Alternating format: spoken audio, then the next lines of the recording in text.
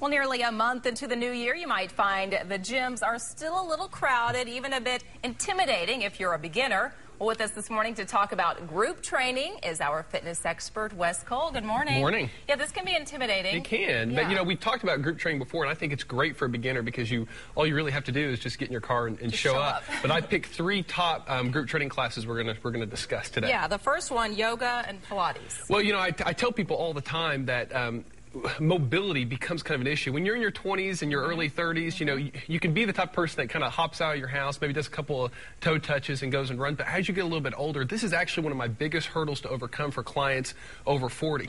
They get to where their mobility is just so bad. I mean, if you're so tight you can't even squat or you can't lunge, it's very hard for me to strengthen your legs. If you're so tight in the upper body, you can't even, move your arms over your head.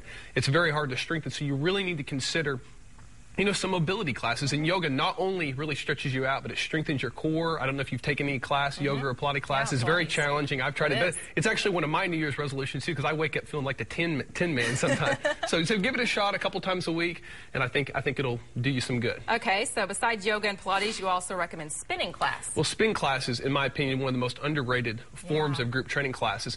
I can't think of one other style of group training class that can get your heart rate up higher without it being a higher impact class. There are classes that are probably more difficult, like some boot camp classes, but it's a lot more impact. Spin class is perfect for those that want to get a really good cardiovascular workout, but they might not have the knees to do the sprinting or some of the higher intensity impact stuff. So definitely it's something you want to consider if you got bad knees or bad joints. And for folks who don't know what spin class is? It's kind of just basically a stationary bike. You're just on a stationary bike and you're doing kind of an interval format. It's very scalable. You can go at your own pace. And looks really hard. It is. It's a very challenging class, but you go in there and you just kind of you take it easy, but it's great. It's great.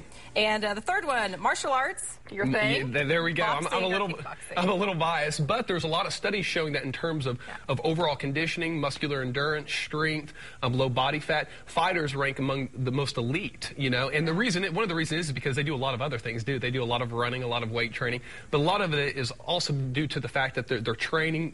Everything from the warm up, from the jump rope warm up to hitting a heavy bag. Every time you hit a heavy bag, it's like lifting weight. We might do in a kickboxing class maybe 40 or 50 push-ups, so there's a lot of calisthenics, but it's a great way, it's a real fun way to relieve some stress, and it's definitely great for those that the treadmill isn't really working for. Exactly. So. And of course with group training you always have that accountability. Absolutely. Someone's there waiting for you to get there. And especially if you get in a good class with a good instructor, and so many talented instructors here in Tulsa, it's almost like the motivation is almost contagious.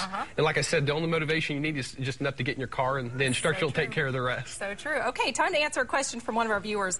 This question comes from Olivia. I've heard that swimming is not the best exercise for weight loss. Is that true? And if so, why? I've been getting so many questions about this. There was, especially in the 80s, there was a lot of concern. There was a lot of debate about why swimming kind of hurts people when it comes to weight loss. The thing about it is that we know now is it kind of changes your appetite. If you've ever swam before, we know now that it's just, one of the reasons it's hard to lose weight when you swim is because it tends to make us real hungry. As far as swimming as an exercise, it's great.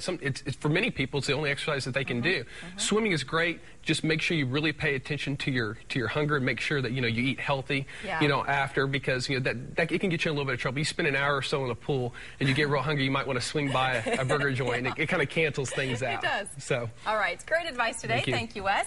If you have a question that you'd like Wes to answer, just go to the weekend morning section of our website, kjrh.com. Click on the habitual health link, or give Wes a call, 749-0960, or just stop by, visit his gym. It's on 46th, just east of Sheridan.